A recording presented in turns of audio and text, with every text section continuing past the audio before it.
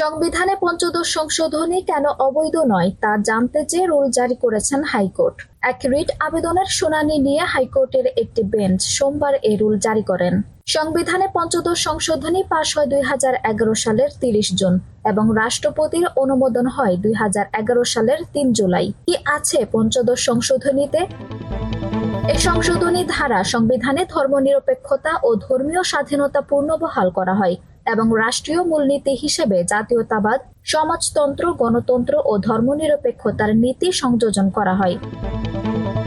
এই সংশোধনীর মাধ্যমে বাংলাদেশের স্বাধীনতা যুদ্ধের নায়ক শেখ মুজিবুর রহমানকে জাতির জনক হিসেবে স্বীকৃতিও দেওয়া হয়। এই সংশোধনীর ধারা তত্ত্বাবধায়ক সরকার ব্যবস্থা বাতিল করা হয়। জাতীয় সংসদে মহিলাদের জন্য সংরক্ষিত আসন সংখ্যা বিদ্যমান 45 থেকে বাড়িয়ে 50 করা হয়।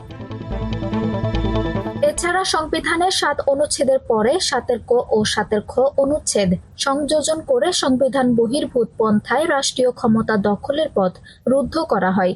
এই সংশোধনীর বিষয়টি উত্থাপন করেন সে সময়ের আইন, বিচার ও সংসদ বিষয়ক মন্ত্রী ব্যারিস্টার শফিক আহমেদ।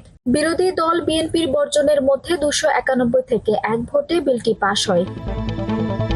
আঞ্জুম হক আরবি, টাইম নিউজ ডেস্ক।